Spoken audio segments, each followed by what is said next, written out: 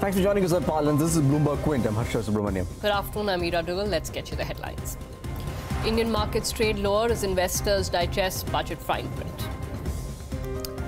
DHFL promoter Kapil Wadhawan defends the lending to group entities, says all loans were backed by collateral, but investors are not totally convinced. Essel Group is hoping that its lenders don't sell any more pledged shares after the promoter managed to buy time till September to bring in a strategic investor. Reliance Communications posts its highest ever intraday fall after the company files for bankruptcy. Supreme Court will hear CBI's plea on Kolkata Police Commissioner's involvement in Ponzi schemes tomorrow. Mamata Banerjee continues her agitation in Kolkata for what she claims to be a fight to save the constitution. We'll get to all of that in a moment, but a quick check on how the markets are faring right now. Yatin is here with a closer look. Well, Harsha, this afternoon it is probably not good for Anil Ambani Group stocks because if you look at the BSE 500 list, the top 5 losers are ADAG Group stocks. So be it Reliance Communications, be it Reliance Capital, Reliance Infrastructure, Reliance Power. All of these group stocks are down and about in double digits. In fact, Reliance Communication as we speak is down 33% and Reliance Power down 28%. Coming to the markets, the advanced decline ratio is also not that great this afternoon. We have 10 stocks gaining for 40 declining on the Nifty 50 index. Of course, in the gainer list, we have some auto stocks as well as Titan, which post the results has seen some good buying emerge, almost 5% up for the Tata Group company. Eicher Motors and Bajaj Auto have rallied almost 3% each after reporting strong monthly sales numbers versus the street expectations. Of course, apart from the Anil Ambani Group stocks on the Nifty, we have Tata Steel, Hindalco, HPCL and Yes Bank. All of these stocks gaining, losing anywhere between 3.5% to 4%. So the cuts in the metal sector have been much deeper. And in the active securities, we have the likes of Reliance Industries and SBI. Both of these stocks are almost, marginally trading here and there. Of course, on huge volumes. So let's see how do they shape up in the second half of this trading session. All right, Yathin, thanks so much for that. Let's get into stocks in the news immediately. Dewan Housing Chairman Kapil Wadhawan has refuted all allegations made by Kogra Post, calling them unfounded. He assures shareholders that due diligence was done on all approved loans and hopes to release an audit report to prove the same within 3 weeks. Neeraj spoke to Wadhawan in the morning. He joins us with the key takeaways. Was he convincing? Well, difficult to say that, right, Ira? I mean, he gave answers that you would half expect him to do that. But I'll just lay out the specific of this conversation as they came out. And a lot of similar questions were asked in the con call as well. So just to put that out. So, of course, the first question that we asked him was that if indeed he was so convinced, what about the delay in response to the allegations when the allegations were first made by the anonymous whistleblower in the month of September, to which he said that the complaint to their notice came in only in the 3rd week of December. After that, which they filed a counter complaint in the EOW against this, and apparently he's saying that they have it on record that the Economic Officers Wing went to Delhi, checked the place and realized that the complainant has gone missing. So he's saying this is on record, and until now they've not been able to trace the complainant as well. This is their version, of course. So that is one. The moot 2 questions that we asked him were about the kind of were about the loans that had given to some of these entities wherein the asset value or the NAV was, or the of the company itself was very low, to which he said that this is a common practice in the real estate industry, that all of these companies were in the slum rehab projects. It's done via SPVs, as is usually done, and to all of these companies to which the loans were given, they had 3 times the asset cover in terms of collateral that were given by these companies. And his firm commitment or his firm statement was that as and when these companies and as and when these assets start realizing rentals or sales, the money will start coming back to DHFL. So this was a point that he made. No clarification on whether or not it was prudent practice on the part of an NBFC to lend money in the first place to a company which doesn't have a high capital base or capital base of 1 lakh rupees, as the case may be. So that was the allegation to which he responded. Specifically on the other housing finance stake sale, interesting out here, but a lot of numbers floating around, because Blackstone said that they'll invest about 800 crores in that business, and how much would DHFL get or not get, because they had not put it on record. So he put it on record saying that they will get about 200 crores. So the numbers are not very high. While this other finance scale, they are only getting about 200 crores. So that was one, I thought, reasonably interesting response that they have given. And of course, not surprising at all that he vehemently denied any kind of promoter benefits or promoter or DHFL connection to any of the entities to which these loans were given. We tried to ask him about the rerouting of money that happened because they passed on the loans and the loans were used to buy back the shares of the promoter group entities, Wadhawan Realtors or otherwise, to which he was not too forthcoming, neither on the con call. But aside of that, saying that they've appointed the CA and they hope that in the next 3 weeks the CA firm will be able to come out with a report which he believes will make substantiated the claims that he's making. Interesting. Let's in fact listen into what Kapil Wadhawan had to say to us early this morning. One thing which I will always say is that absolute diligence has been done on all the loans that have been given out by DHFL in its lending book. At the same time, coming to certain specific allegations regarding the slum rehabilitation schemes. Now, these are schemes which are approved by the Slum Rehabilitation Authority. It is a known fact in the real estate sector that all businesses or all projects do get carried out under the SPV, under specific SPVs. And so was the case with these projects as well. The slum rehabilitation projects which are being undertaken in Mumbai, where close to 9,000 crores was lent, the asset cover that we have is more than 3 times in terms of market value. Simply saying that this money was given to shell companies. Firstly, there is no shell company. These are all legit companies undertaking specific, projects where we have gone out and lent monies to against full security of the projects. At the same time, there is no connection per se with the promoters. These are independent projects, and the independent projects, once they start realizing their cash flows, will give back the principal and the interest back to DHFL. Let's move on. Reliance Communications has approached the National Company Law Tribunal or the NCLT for debt resolution under the IBC. After making no headway with strategic debt restructuring scheme, the company hopes to sell its asset through the insolvency route. Sajid is here with the details on, when an Ambani firm is now headed for insolvency after what has been a long-winded battle. That's right. For the last 2 years, he's been battling with bankers to avoid a bankruptcy, and now he has gone voluntarily to the NCLT to go under the IBC, and that's primarily because there's no resolution coming in with respect to the spectrum sale.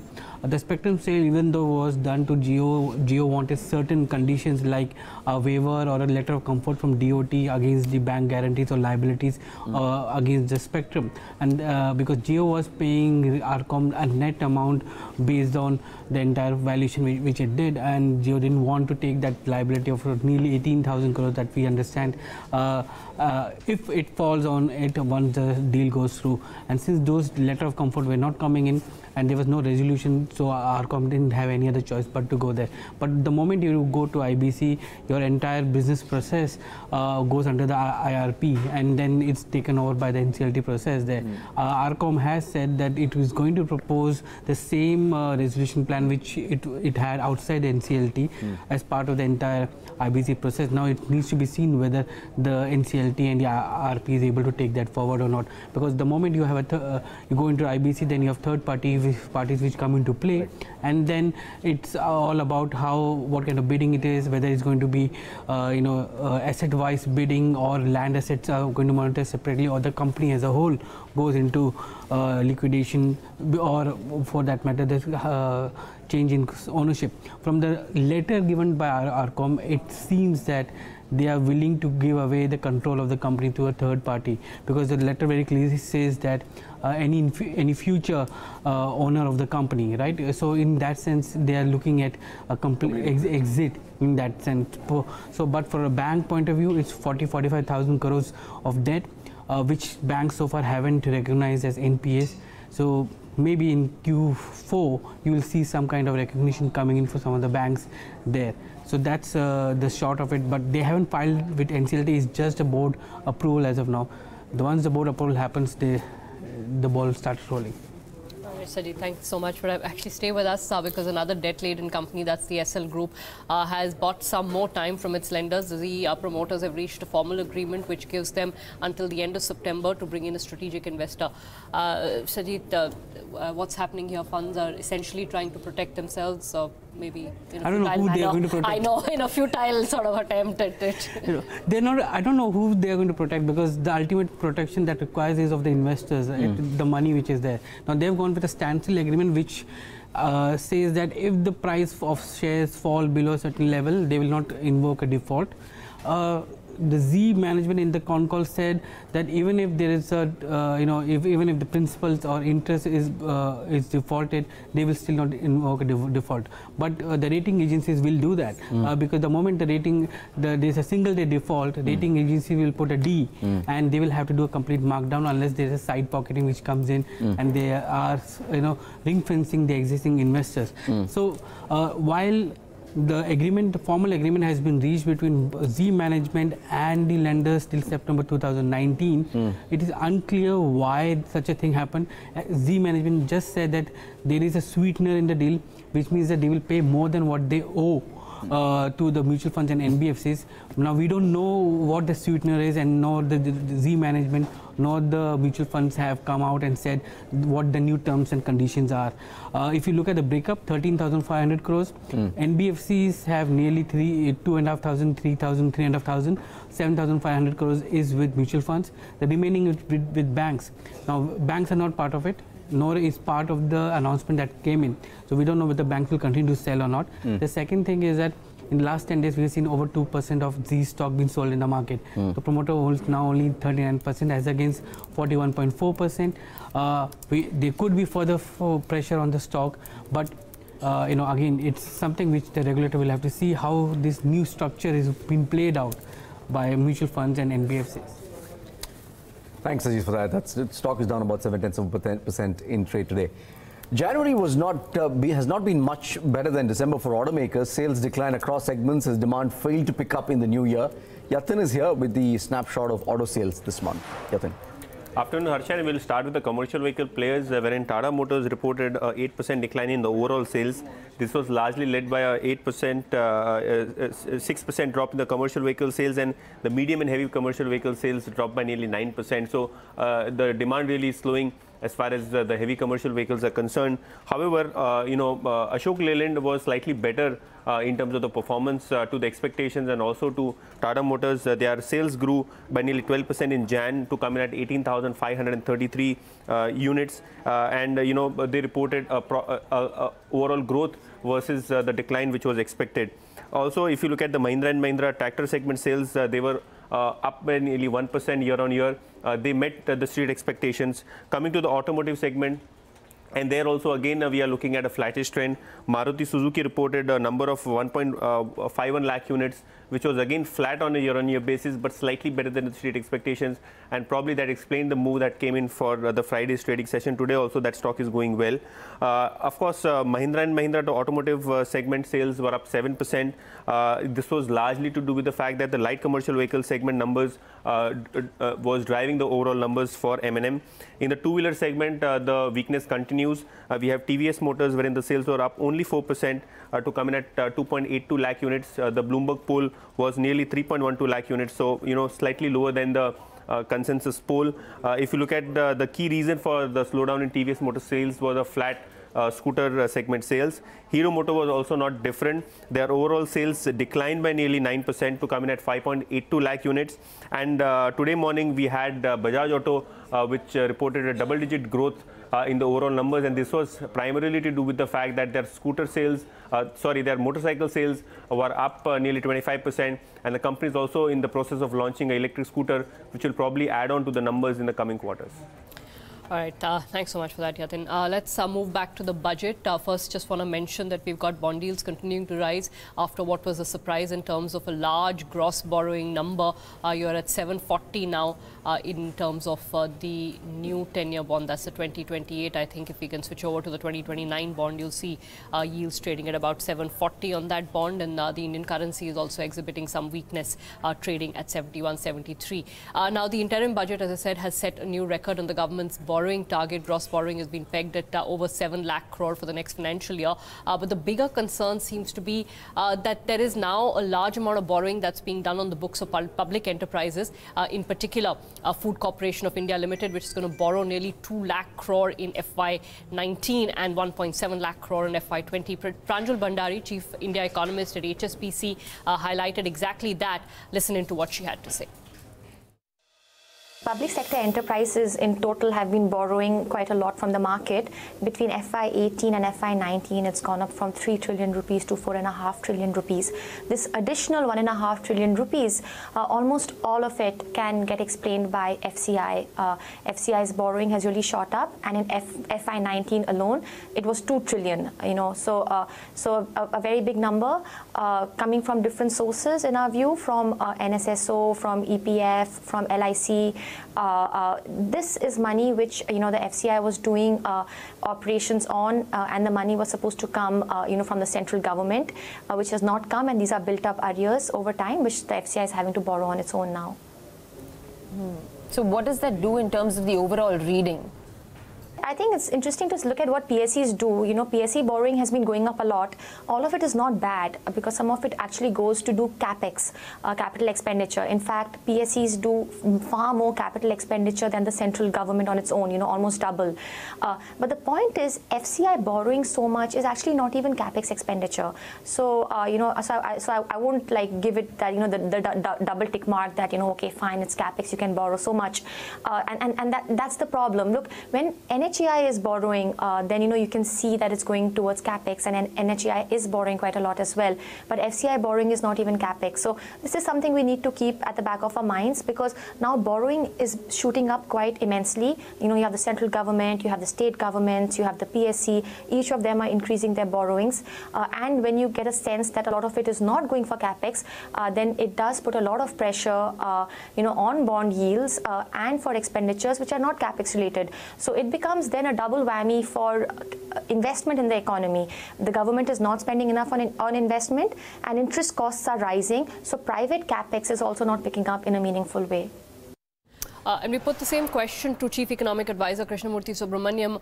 He argues that off-budget financing, and he was speaking more in the context of CBSEs, tends to generate higher returns. On the large borrowings by Food Corporation of India, though, he said that the effort is on to streamline subsidy payouts. Listen in. What is important to keep in mind is that, providing for some of these important investments through budgetary resources would actually take time. In contrast, when you provide for some of these investments through balance sheet financing or off-budget financing, when they are invested in areas where the fiscal multiplier is significant, then you actually generate a lot better return for that, rather than having to wait for budgetary resources to be created. So I am not quite that worried about it, because these are investments where the fiscal multiplier should be significant. What you also must take into account is that a lot of the fiscal math is also being driven by the increase in the small savings fund, which ties back to what I mentioned earlier. Because the real rate of savings has increased, the inflow into the NSS has actually increased significantly, and that is actually indication to me of savings from the middle class actually coming in. Some of it will be used by the government, and some of it actually then will also go into the private sector. That's on the National Small Savings Fund. I was referring, sir, a little bit more to the large borrowings by the Food Corporation of India. The reason it becomes relevant is because it seems like it is subsidy arrears which have not been paid, which are forcing FCI to borrow a lot more, either from the Small Savings Fund or from other market sources. No, I think that concern of yours, Ira, is valid. The government is trying to make the best effort to ensure that these subsidies are targeted better.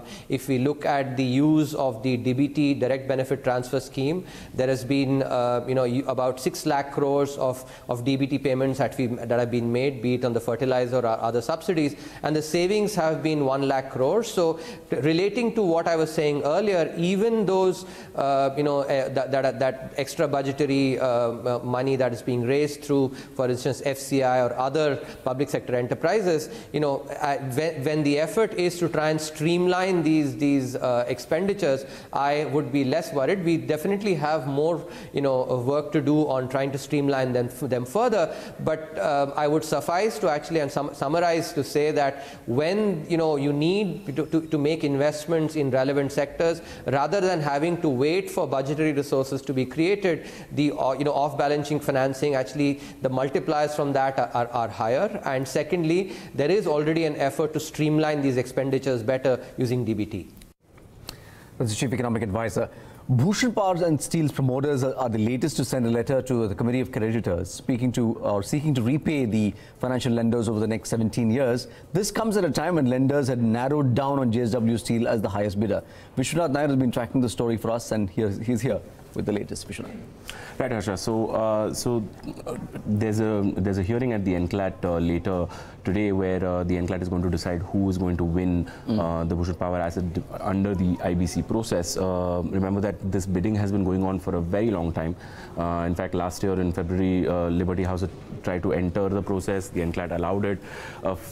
Where it stands right now is that Liberty House has made about a 19,000 crore bid. In comparison, JSW Steel, which is the highest bidder, has a 19,300 crore bid. Tata Steel is lagging behind at about 17,000 crores. So the idea is that this hearing is going to decide who amongst JSW Steel and Liberty is going to win the asset.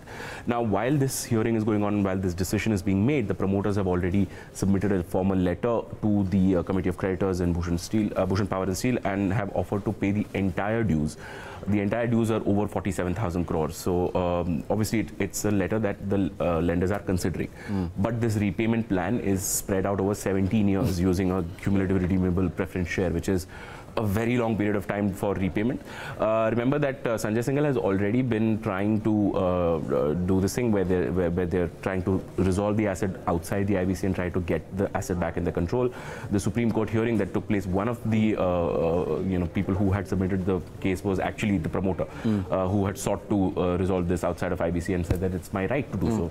The Supreme Court said it doesn't belong to you, it's the creditor's decision. So now obviously they're submitting this letter to influence the creditors and get their decision on their side. So Section 12A, which allows for the withdrawal of the case from the IBC by 90% vote.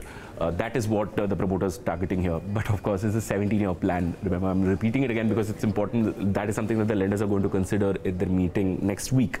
By consider, I mean they're going to look at the plan. We don't know what decision they're going to take. That is something that we will know after the meeting ends. So, I was joking, saying that in respect to all of these large cases, wake me up when it's all over. Apparently, you have to wait 17 years. It's never going to get over. Or maybe that's what Sajjan Jindal said to the interview in Davos, right? It's like, if they have the money, 100%, welcome. Yeah, but he's on the receiving end at this time, so we don't know. Yeah. Thanks for that. Thank you so much. Let's move on. There's enough drama that's going on in Kolkata. CBI and the West Bengal police are at loggerheads after 30-member CBI team landed up at the Kolkata Police Commissioner's home last evening. The officials who were there to question him in connection with two Ponzi schemes were detained by the police instead. The team was later released by the CBI. The CBI approached the Supreme Court seeking directions to the Kolkata police to cooperate with the investigation.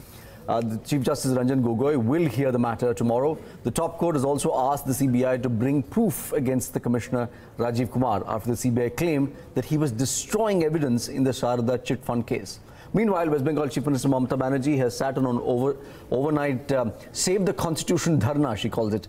Opposition leaders like Rahul Gandhi, Arvind Kejriwal, Tejasvi Yadav have all been quick to back Mamata's claims. To discuss the political implications on the standoff, we're joined by Sanjay Pugalia, editorial director at Quintin Media.